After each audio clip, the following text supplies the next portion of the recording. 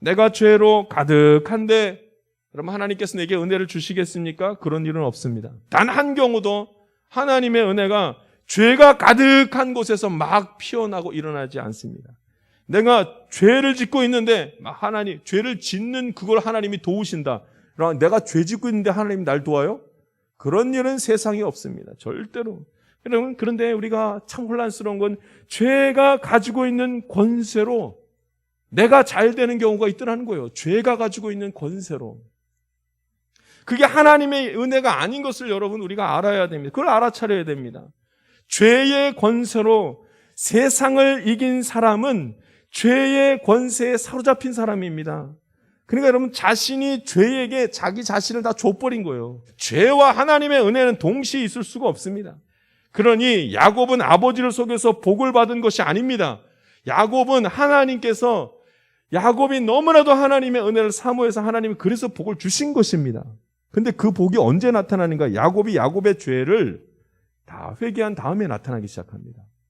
야곱의 죄는 하나님이 불쌍히 여기셨고 그래서 야곱이 다 회개한 다음에 그 복이 나타나기 시작합니다.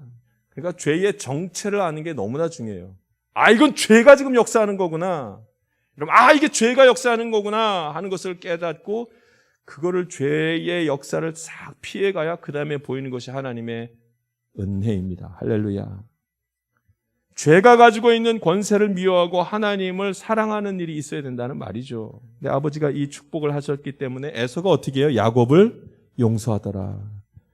에서가 야곱을 용서하더라. 21년 만에 야곱이 집으로 돌아올 때 그가 어떻게 에서가 그를 반기죠? 꼭 끌어안으면서 서로 이렇게 화해를 하게 됩니다. 그 다음부터 그 멍해가 풀리는 거예요. 할렐루야.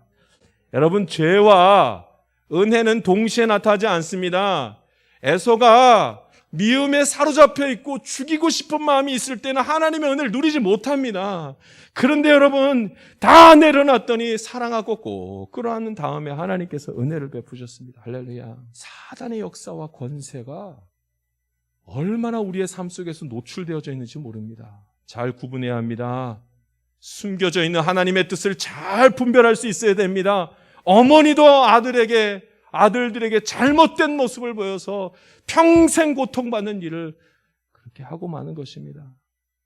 아무리 은혜의 가정, 아브라함과 이삭과 야곱의 가정이라 할지라도 죄에 노출되는 순간에 다 넘어지는 마음 아픈 일들을 겪게 됩니다. 감추어진 보화를 찾은 사람만 뭐가 귀하게 여겨져요? 밭이 귀하게 여겨지더라고요. 감춰져 있는데 감춰져 있기 때문에 은혜가 귀한지 모르는 거예요. 근데 천국은 언제 이루는가? 감춰져 있는 은혜를 찾은 다음에서야 천국을 이루는 것입니다. 할렐루야.